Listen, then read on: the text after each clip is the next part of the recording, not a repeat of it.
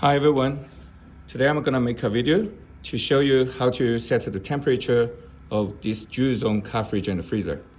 Sometimes I find it's tricky as well. Okay, remember we always start from the left zone. So we adjust the temperature by pressing the button, right? So then we can shift it to the right zone to set the temperature of the second compartment. Someone say, oh, okay, I press this button, it doesn't work. Yeah, if you do it like that, it's not gonna work. So there's a trick here. Press the button first. When the left reading is still flashing, gently put your finger to the button and press. See? It jumps from left to right.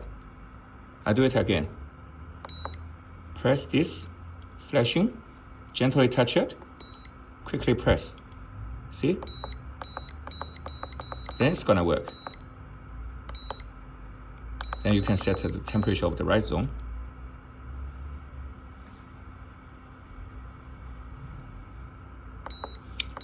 Let me repeat. Someone say, okay, I can set the temperature of the left zone. Now I'm gonna do the right zone. Press the button, press it.